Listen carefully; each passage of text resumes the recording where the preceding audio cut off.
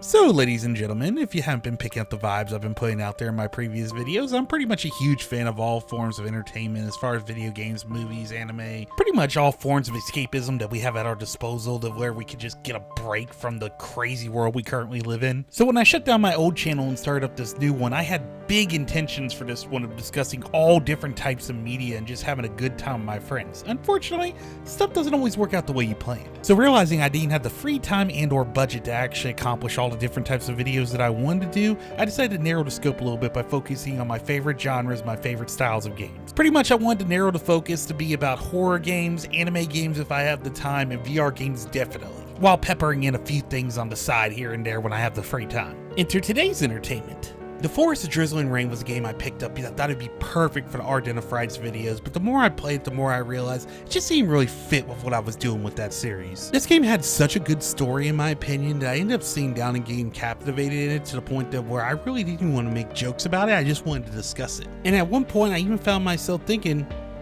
this would make a really good movie. And with all these video game adaptations coming out, some good, some bad, some really, really bad, I thought it might be fun to actually discuss ones that I think would make good adaptations. Just some quick videos, no deep dives, just seeing if we could have a good time discussing whether or not a video game would make a good anime, good movie, good TV series, good live action, etc., and basically just enjoy ourselves in the process. We'll talk about the casting, who's going to direct it, what company I think should make it. It's going to be fun. I think we're going to have a good time. So sit back, relax while we discuss the game that inspired this idea in my head and answer the question, could Studio Ghible make a good Forest of Drizzling Rain movie?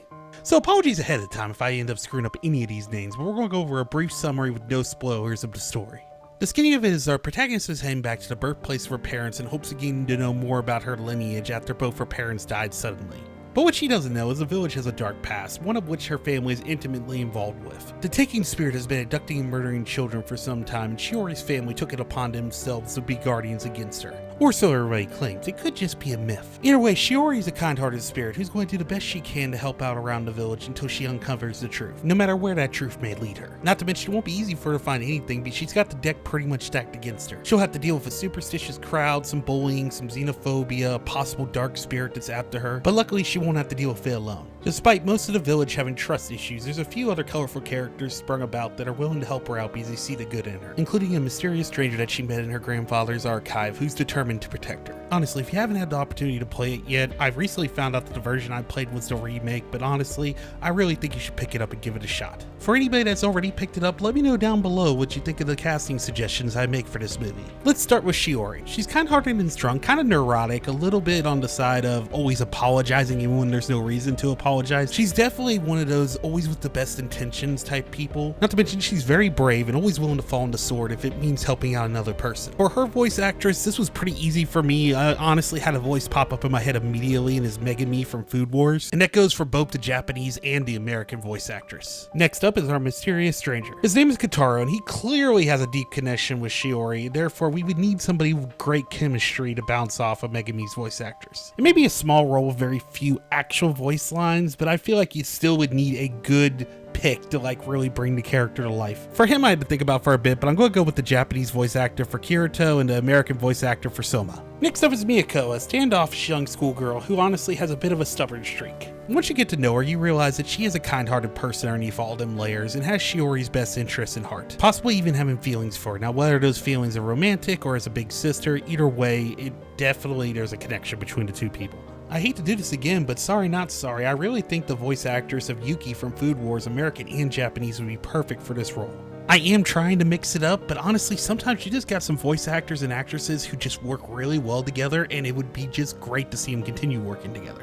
But that being said, it wouldn't be a Studio Ghible project without mixing in some star power to really boost its credibility. Not that they need it because Studio Ghible films are awesome. And unfortunately, this is going to be a little bit of a struggle for me because I'm not very familiar with a lot of Japanese live action actors. So if you know of any that you think I should check out their works, or if you think that it would be perfect for the characters I'm about to discuss, please leave them down in the comments below. On the dub side of things, we're going to start with Officer Yusaki. Also an outsider of the village, he has his own issues as far as having to deal with the xenophobia of the locals, but he does seem to have a really good heart smart and is always trying to look out for the best interests of everyone, as well as serve and protect to the best of his abilities. Now, he does strike me as a character that's still coming into his own, so I would still want an actor who could portray the naivety but also rise to the occasion when necessary. In that sense, I really think Timothy or Tom would be perfect for this role. I seriously doubt, unless either one of them are huge Studio Ghibli films, that they would actually sign on to do a side character role instead of a main character role, but if they did, I think they would nail it. And come to think of it, that's not the only small part that I think a big name would be good in. Give me Sam or Nick for the Doctor on Top of the Hill. Another good pick would be Christian from Shameless. He definitely would be great to play the child of the Taken Spirit. And with all the other ghost children running around, you could probably have some great cameos from some other former child actors. Like the cast of Stranger Things would be amazing, just to have them pop in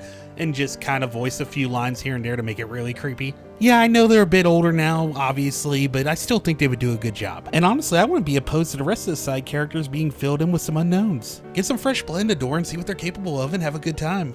And finally, with the Taken Spirit, I've been going back and forth in my head who I would have voice her, and honestly, I don't think I have a pick that would be 100% accurate. So I'm just going with picks that I know have knocked previous roles out of the park and that I would love to see more of their work. And God forgive me because I love both these women's work, and I have a feeling I'm going to butcher both their names. So here we go. Ming-Yeon Wen or Ho-Yin would be perfect for this role. Both actresses do a fantastic job in every role that they're in, and honestly, I would think that they'd be able to bring the emotional weight that a character like this would need to be effective. I know my cast picks are 100% wishful thinking, and buckle your seatbelt because that's all you're going to get out of this series. But honestly, if there's a director and a just person who could bring all these people together for a fantastic just story, it would be Miyazaki. And is a legend for a reason. His movies are phenomenal, and honestly, if you have only watched these movies on Blu-ray or whatever, you're still going to get a great experience. But my suggestion is that if you ever have one show up in one of your local theaters like I have regularly, go and watch in a theater because oh my god, isn't it an amazing experience to see on the big screen. Miyazaki's definitely the man that would be needed to be able to bring a story like this to life and honestly make it as emotional as it needs to be a successful film.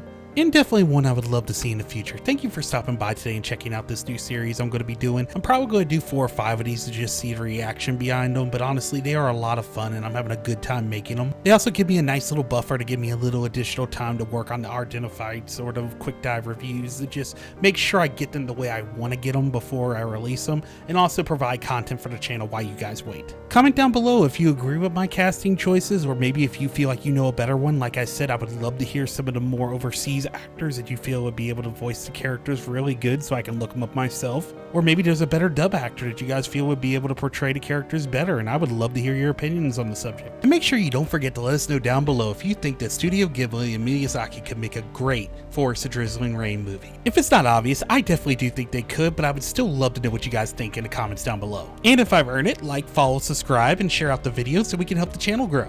Merch links can be found on the channel if you want to have a look around, and we hope to see you back here very soon.